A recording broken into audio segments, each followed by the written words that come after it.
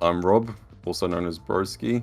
I've been playing fighting games for a very long time. At the moment, I play Oro in Street Fighter 5, but some people might know me as a long-time Dhalsim player.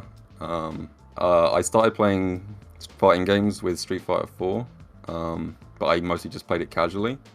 When Street Fighter 5 came out, I started taking things a bit more seriously, and because I found a scene quite near me in the south coast in Southampton. I went to a local there, and then got a taste for it, and started traveling to more events. And I guess as things continued, I've become more a part of the UK scene with events like WSO and CPT events in and around Europe. But I think a part of me is just a filthy hipster, and as soon as Dhalsim finally gets to be a very strong character, a part of me just kind of lost interest.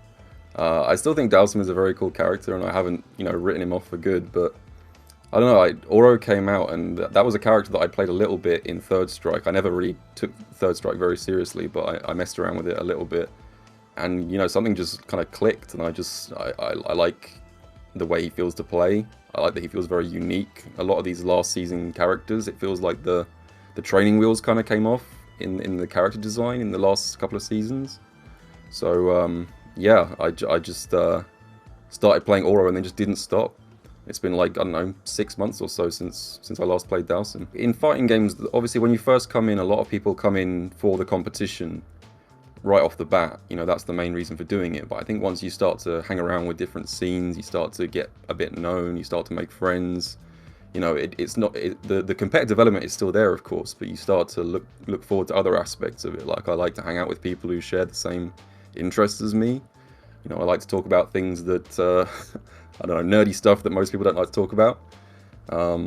Yeah, and so I looked at other things that I could do. I've been streaming a lot more. I've been putting together more stuff on YouTube, and I just feel like competition isn't the only thing in the FGC. It's a big community with lots of different areas that you can look into, and there's lots of opportunities in different places, really.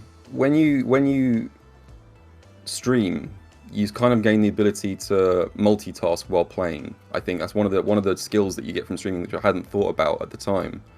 But being able to put together a production while playing sort of lets you learn to play without, it's hard to phrase this, without kind of like investing your full focus in the game, which sounds odd, but in tournaments there's so many things going on at the same time. When you're playing competitively, you're at a giant convention, there's all sorts of distractions and stuff happening, and I think like streaming in some senses can kind of help you in a competitive environment, because you learn to kind of channel out all of that excess stuff and just focus on the game in a way that I hadn't really considered before I started taking it more seriously. With Oro, it's a mix of both, really. The buffs that he's received in the balance patch have been a big deal. They fixed a lot of holes in his neutral, his Oki is better.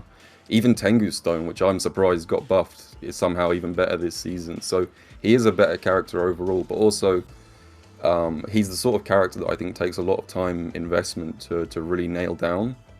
So even if you picked up Oro now, I'd still feel like, I've got even just a few months head start makes all the difference. But I mean, he's a really fun character, so anyone who's thinking about getting into Oro, I recommend it. He's not like other Street Fighter 5 characters. I think Oro's worst matchups are sort of similar to quite a few characters in this game, where he's quite projectile-centric in his design, and there are a few characters in Street Fighter 5 that just kind of punish projectiles with fairly low-risk reactive moves. So something like a Karen is difficult, because she can just, EX Tenko you from full screen if she sees any fireballs out there. I think Ed this season is a problem. Ed got huge buffs recently. I didn't like that matchup to begin with, but now I think it's a lot worse. Or maybe that's just like me getting bodied by Endwalkers all the time speaking. But yeah, I think basically his matchup spread just comes down to like how easy characters can get around his ground fireball game. But if they can't, if like there are some characters that don't have easy ways around fireball, I think Oro does really well against them. Like Honda, for example. I think Oro kind of bodies Honda. I felt reasonably confident against Infectious. I've got quite a good record against Infectious going back, but I was a little bit unsure about what character he was going to run. Traditionally, Infectious is known for his Zeku, I think, for a lot of people, but he's put a lot of time into Luke recently, and even Ken as well. He's been using on and off, and between you and me, I was secretly dreading the Ken pick because I don't like that matchup at all. So I was kind of a little bit relieved to see Luke on the character select screen, despite, you know, Luke is Luke. He's a very good character, but in matchup terms, yeah, I was glad to see. I was glad not to see Ken. But in terms of Infectious's personal playstyle, I think that we both think in similar ways in neutral, so I can kind of understand his decision making a lot, because it's a lot of stuff that I would probably do. So I think we're sort of similar in the way that we approach neutral, which I find easier to deal with than some other players who'll do, you know, stuff that I just can't even, you know, I'm not even considering it as a possibility.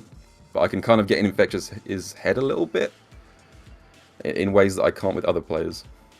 Okay, so when I was doing preparation for this tournament and doing some kind of theory crafting with the brackets, there is not a single person on this planet, I think, who will have predicted an Oro Mirror going top 8 winners.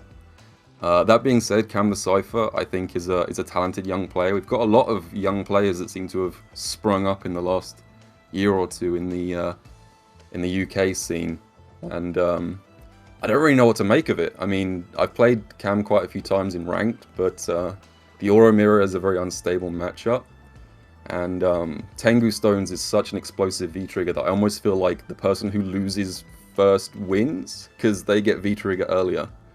So it's going to be a weird one. I didn't prepare for this. I didn't see it as a possibility, but I'm looking forward to a good match. The whole thing's going to be tricky. I do think Oro does need a little bit of bracket luck as a character.